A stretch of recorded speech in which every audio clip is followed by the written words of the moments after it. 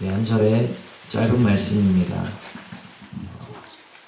저는 지난 한 주간 동안 이 로마서 14장 4절을 정말 쉬지 않고 묵상하게 하셨다 해도 과언이 아닐 정도로 정말 세우시는 권능에 대해서 세우시는 권능 그 단어가 속에서 떠나지를 않는 거예요. 그래서 그 말씀을 가지고 정말 계속해서 묵상을 했을 때 많은 은혜가 있었고 또 많은 유익이 있었는데, 이 시간에 우리가 함께 말씀을 나누실 때 제가 받았던 은혜와 제가 받았던 유익보다 훨씬 더 큰 은혜와 유익이 우리 성도들에게 또 가정에게 각 사람의 심령에 임하시는 은혜가 있기를 주님의 이름으로 축원을 드립니다.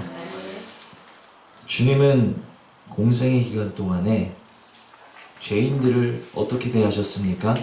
불쌍히 여기셨고 긍휼히 여기신 것을 우리가 알 수 있습니다. 두 사람이 성전에 기도하러 올라왔는데 한 사람은 바리새인이었고 한 사람은 세리였어요. 나는 일에 2번씩 금식하고 소득의 11조를 주님께 드립니다 하고 자신의 의를 나타내며 기도하는 바리새인보다 감히 얼굴도 들지 못하고 가슴치며 기도하는 세리를 향하여 주님께서는 이 세리가 저 바리새인보다 더 의롭다함을 얻고 돌아갔다라고 그렇게 말씀하시는가 하면, 주님은 간음의 현장 중에 잡힌 그 정말 죄와 수치로 얼룩진 그 여인을 말로도 치지 아니하시고 너희 중에 죄 있는 자가 먼저 돌로 치라.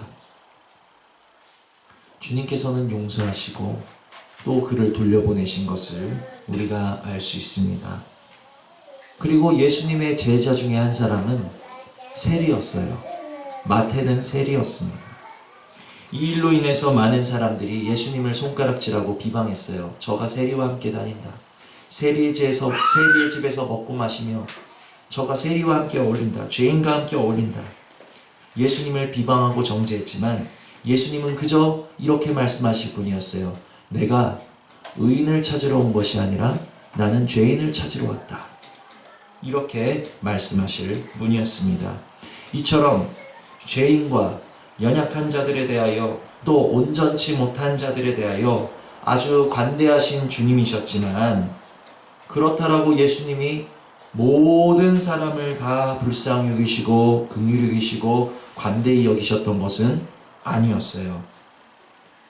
우리가 만달란트의 비유를 알고 계시지만 만달란트를 탕감받았던 그 종이 돌아가다가 누구를 만났습니까? 자신에게 100데나리온 빚진 한 동관을 만났는데 그를 어떻게 했어요? 목을 잡고 흔들면서 돈을 갚아라.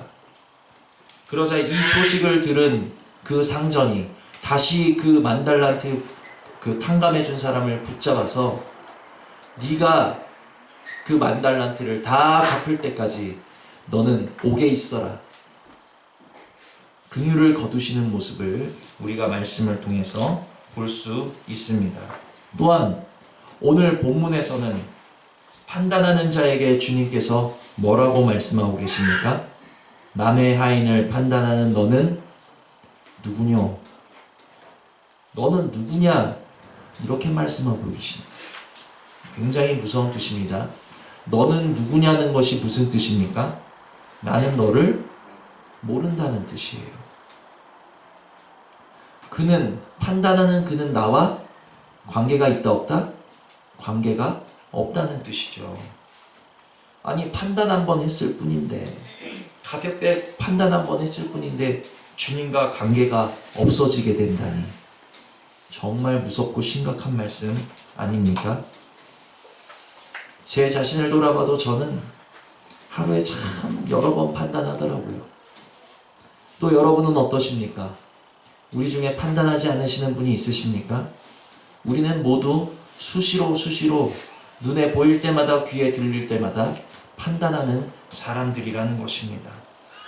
우리가 그럼 이 말씀대로라면, 정말 판단하는 너는 누구뇨 이 말씀대로라면 우리는 판단하는 그 순간에 주님과 관계가 없어져야 돼 마땅한 사람들이에요. 또한 만달란트 비유에 의하면 우리가 판단하는 그 순간에 우리가 하나님으로부터 받았던 그 죄사함, 그 구원, 그 모든 것들이 취소되고 그저 이 땅에서 고통하면서 고생하면서 우리의 죄값을 갚아 나가야 될 수밖에 없는 그런 자들이지만, 오늘도 우리를 예배의 자리로 부르시고 우리를 불쌍히 여기시고 긍휼히 여겨주시고 용서하시는 이유는 무엇인가? 주님께서 판단할 수밖에 없는 우리 옛사람을 지시고 십자가에 돌아가 주셨기 때문이라는 사실을 믿으시기를 바랍니다.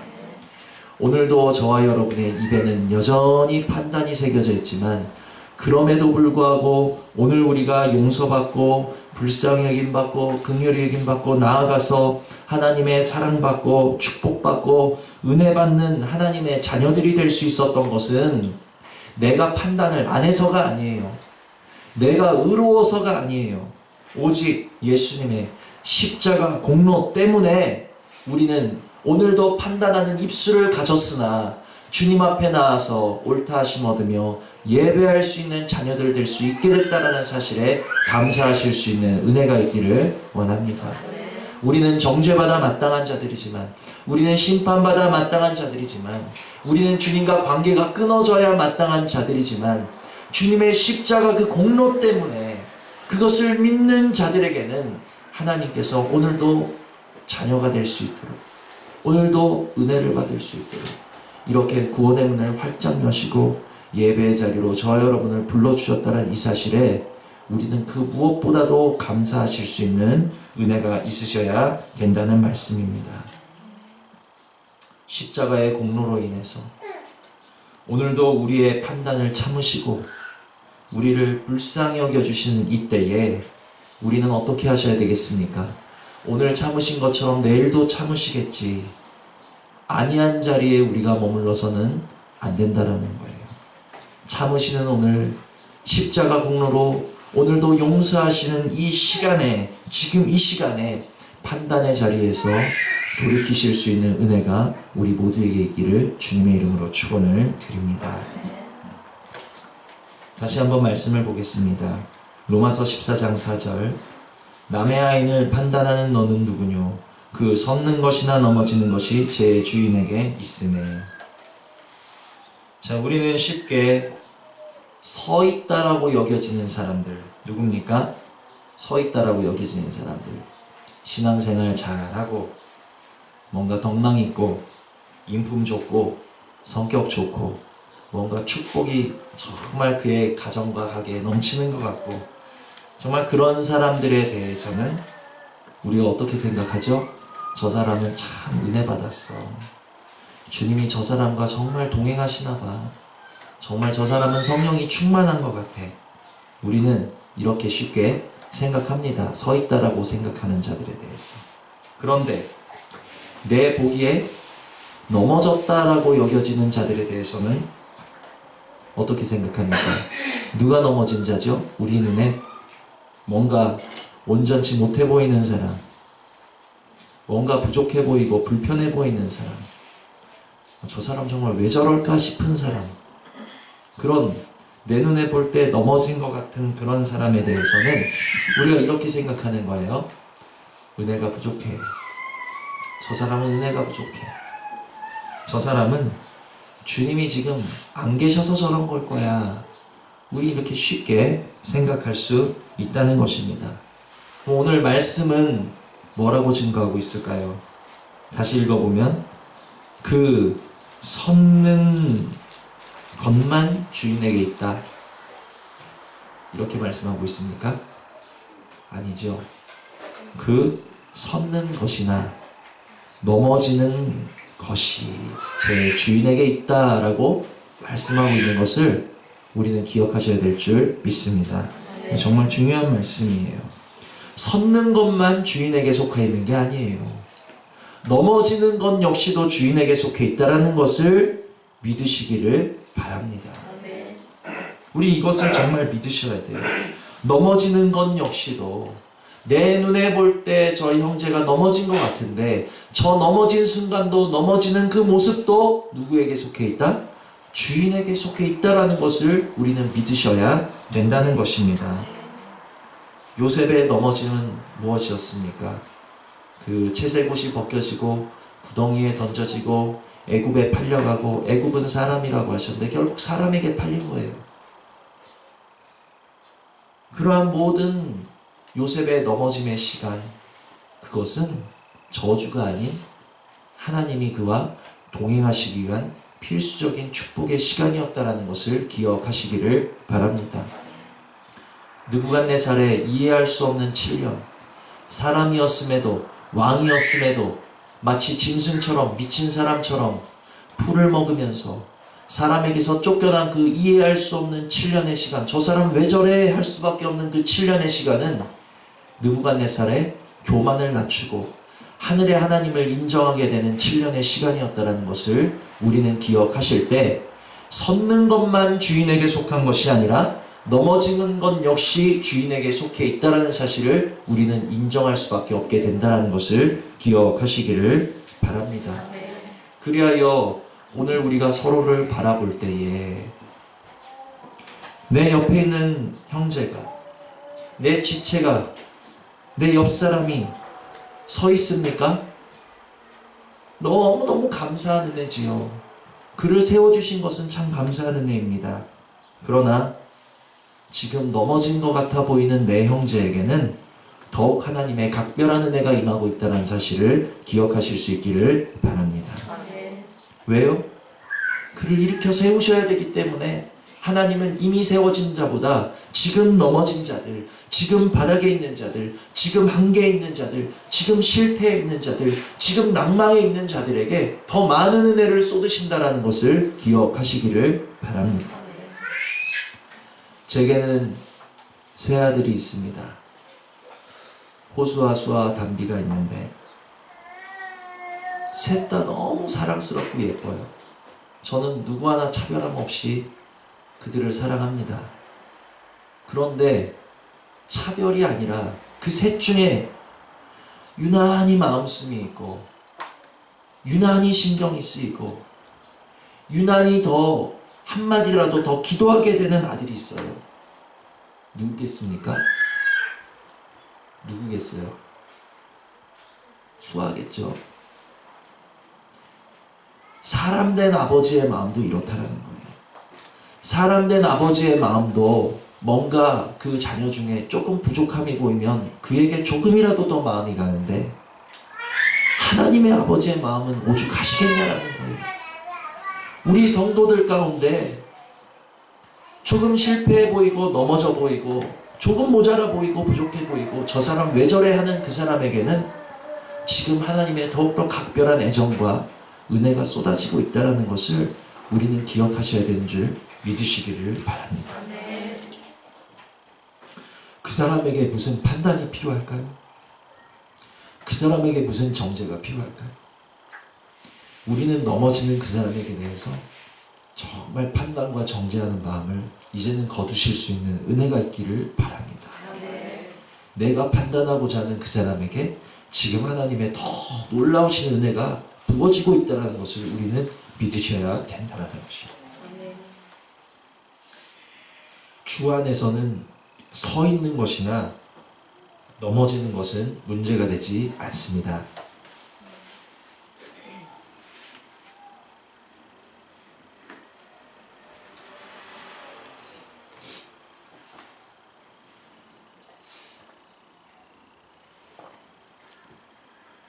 왜냐하면 그 섰는 것이나 넘어지는 것이 제 주인에게 속해 있는 것이기 때문에, 선 것만 주인에게 속해 있는 것이 아니고, 선 것도 주인에게 속했고 넘어지는 것도 주인에게 속했기 때문에 선 것이나 넘어지는 것이나 전혀 우리에게는 문제될 것이 있다 없다? 없다는 것을 마음에 새기시기를 바랍니다. 그러면 뭐가 문제일까요? 문제는 있습니다. 뭐가 문제일까요? 섰는 것도 문제가 아니고 넘어지는 것도 문제가 아닌데 뭐가 문제일까요? 다시 본문을 읽어보시면 그 섰는 것이나 넘어지는 것이 누구에게 있습니까? 제 주인에게 있음에. 여러분, 뭐가 문제예요? 서는 게 문제입니까? 넘어지는 게 문제입니까? 문제는 누가 주인이냐 하는 것이 문제라는 거예요. 누가 주인이냐 하는 게 문제예요. 저 사람이 지금 서 있는 게 문제고 넘어지는 게 문제인 것이 아니라 내가 오늘 누구를 주인 삼고 있냐 하는 것이 문제가 된다는 것을 기억하시기를 바랍니다. 오늘날의 주인은 크게 둘로 나뉘어져요. 첫 번째 주인은 우리 모두가 주님이라고 부르고 있는 예수 그리스도가 주인일 것입니다. 두 번째는 무엇이겠습니까? 빌립보서 3장 19절에 저희의 신은 배요, 배. 자, 내 자신이 주인 되어 있다라는 것이에요. 이 세상 모든 사람들은 모두 주인을 한 사람씩 갖고 있는데 주님을 주인으로 모시든지 아니면 내 자신, 내 자, 내 배를 주인으로 갖고 있든지 둘 중 하나로 나뉜다라는 것을 깨달으시기를 바랍니다. 구약에는 참 많은 우상들이 등장해요. 바알이 등장하고 아세라가 등장하고 밀곰이 등장하고 몰렉이 등장하고 바알세불이 등장하고 여러 우상들이 등장하지만 신약에서는 그 우상들이 다 사라져 있어요. 신약에서는 우상으로 기록된 것이 무엇입니까? 오직 한 가지, 내 정욕과 내 자아와 내 만족과 나 자신이 우상으로 기록되어져 있다는 것을 기억하시기를 바랍니다. 내 육신의 위함과 내 육신의 만족을 채우는 배, 이것이 우리의 우상이 될 수 있다는 것이고 이것이 주인이 될 수 있다는 것을 우리가 기억하실 때 내 주인이 오늘 주님이 아니라 나의 배라면, 내가 오늘 나의 주인을 나의 배로 삼고 있다라면 넘어지는 건 문제예요. 왜? 넘어지면 누가 일으켜줍니까? 내 배가 나를 일으켜주겠어요? 그런데 더 문제는 주인을 배로 여기고 있는 사람이 서 있으면 더 문제라는 거예요. 왜? 그는 주님께로 나올 기회조차 없기 때문이라는 것입니다. 그러나 내 주인이 내가 아니고 내 배가 아니고 오직 예수 그리스도 한 분이 내 주인이시라면 내가 오늘도 하나님의 말씀을 순종하기 위해서, 내가 하나님을 경외하기 위해서 살아가고 있는 그러한 사람이라면 그는 서 있어도 문제없고 넘어져도 문제 없다는 것을 믿으시기를 바랍니다. 왜요? 그 섰는 것이나 넘어지는 것이 제 주인에게 있음에 저가 세움을 받으리니. 주님을 주인으로 모신 사람의 마침은 세움을 받는 것이기 때문에 그에게는 문제 없다는 것을 우리는 믿으셔야 된다는 것입니다. 그러므로 오늘의 정말 문제는 내가 지금 무엇을 주인 삼고 있느냐 하는 것이 문제라는 것을 기억하시고 오늘의 말씀 시간을 통해 내 주인이 누군가, 내 주인은 주님인가 나인가, 주님인가 내 배인가, 주님인가 내 만족이 나의 주인인가 스스로 조사해 보시고 돌아보시고 확증하시는 시간 되실 수 있는 은혜가 있기를 바랍니다. 그리고 우리는 이렇게 간구하셔야 돼요. 주님, 어제나 오늘이나 내일이나 영원히 나의 주인이 되어 주시옵소서. 제가 일주일 동안 이 말씀을 묵상하면서 정말 교회를 바라봤을 때 이 말씀을 묵상하기 전에 저는 참 판단이 많은 사람이었어요. 왜? 눈에 보여지는 대로 뭔가 내 기준에 차지 않고 내 성에 차지 않으면 판단이 나가요. 그게 솔직한 모습 아니겠습니까? 근데 이 말씀을 묵상하니까 세우시는 권능이 주님께 있는데 마침내 세우실 텐데 왜 내가 판단하고 정죄하는가? 도리어 판단의 정죄의 마음이 사라지고 하나님이 저를 어떻게 세울지, 지금 넘어져 있는 것 같아 보이는 저 성도를 어떻게 세우실지 도리어 기대하게 되고 소망하게 되더라는 거예요. 세움을 입게 된다는 것을 기억하시기를 바랍니다. 주님이 주인인 사람은 문제될 게 없어요. 마침내 세움을 입게 될 것이고 마침내 모든 것을 합력하사 아들의 형상을 이루는 자리까지 하나님이 친히 인도하여 가고 계시기 때문에 걱정할 것 없고 문제 없다라는 것을 기억하시기를 바랍니다. 그러므로 예수의 사람에게는 결코 정죄함이 없을 뿐더러 그에게는 판단조차 필요치 않다라는 것을 기억하시기를 바랍니다. 우리들이 하시는 흔한 착각 중에 하나가 무엇인 줄 아십니까? 우리의 마음속에 우리의 내리에 꽉 박힌 착각 중에 하나는 내 말로 상대를 변화시킬 수 있다라고 생각하는 것이 참 착각이에요. 참 오산이에요. 제가 아주 그 착각에 자주 빠지고는 합니다. 그래서 아무를 향해서나 입을 막 여는 거예요. 왜? 내 말이 그를 변화시킬 수 있다고 생각하니까. 그런데 천만의 말씀이요. 말씀 살펴보니까 구약 내도록 하나님께서 이스라엘 백성에게 말씀하시고 또 말씀하셨지만 그들이 됐습니까? 안 됐어요.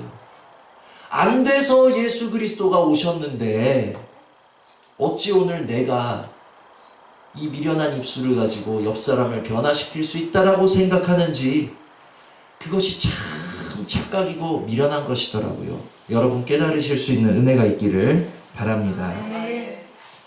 우리는 내 말이 상대를 변화시키고 내 말이 상대를 세우는 것이 아니라 그 섰는 것이나 넘어지는 것이 제 주인에게 있음에 저가 세움을 받으리니 다 같이 읽어봅니다.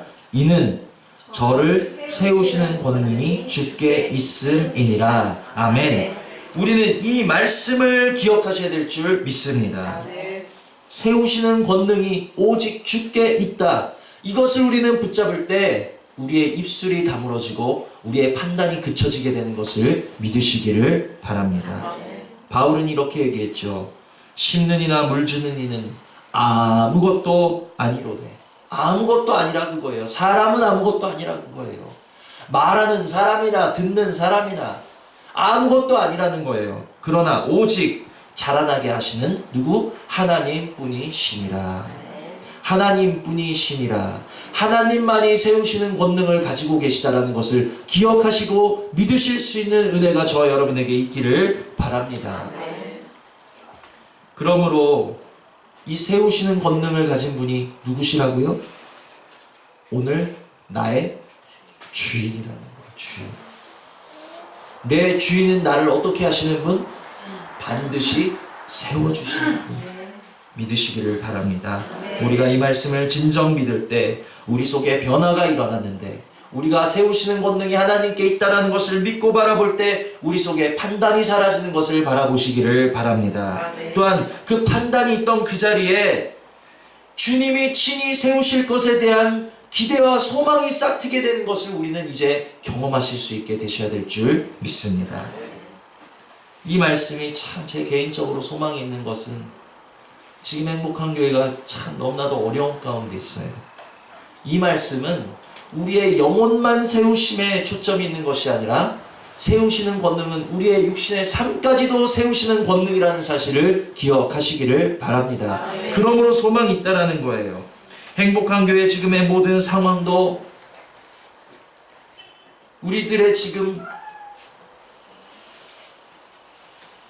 기근이 만 사업장도 또 우리들의 연약한 육신의 건강도 나아가 우리의 궁극적인 목표인 하나님의 아들의 형상에 열매 맺는 그 자리까지 이르기까지 오늘도 하나님을 주인 삼았다라면 우리들을 반드시 세우시는 권능으로 능히 세워주시는 것을 믿으시는 은혜가 있을 때 우리 속에서는 근심과 판단이 사라지게 되는 것을 믿으시기를 바랍니다.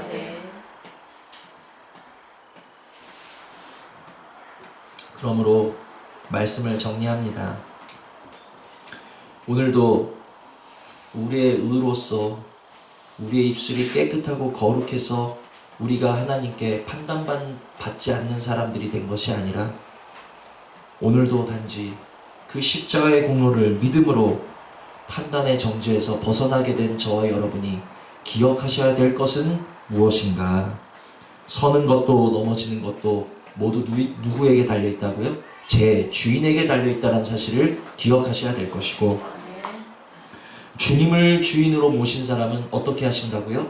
반드시 세워주심을 믿으셔야 될 것이고, 내 형제를 어떻게 세우실지 기대와 소망을 가지고 이제 우리가 서로를 바라볼 수 있는 이유는 세우시는 권능이 주께 있다라는 사실을 믿기 때문이라는 것을 기억하시기를 바랍니다. 그러므로 우리가 사람이기 때문에 뺨 한 번 맞으면 순간 분할 수 있어요. 그게 오래가지 않는다는 거예요. 얼른 그래 저거를 세우시지, 얼른 돌이켜지더라고 마음이 얼마나 감사한지. 여러분 이 열매를 많이 맺으실 수 있는 은혜가 있기를 바랍니다. 그리하여 세우시는 권능을, 내가 세우시는 권능을 바라볼 수 있도록 아까 우리 김유진 집사님 기도하신 것처럼 우리의 눈을 열어주셔서 오늘 주의 세우시는 권능만을 바라볼 수 있는 우리 행복한 교회 모든 성도들이요 우리들의 가정이요 나의 심령 될 수 있도록 은혜 부어달라고 들으신 말씀 생각하시면서 기도하실 수 있는 은혜 있기를 바랍니다. 기도하시겠습니다.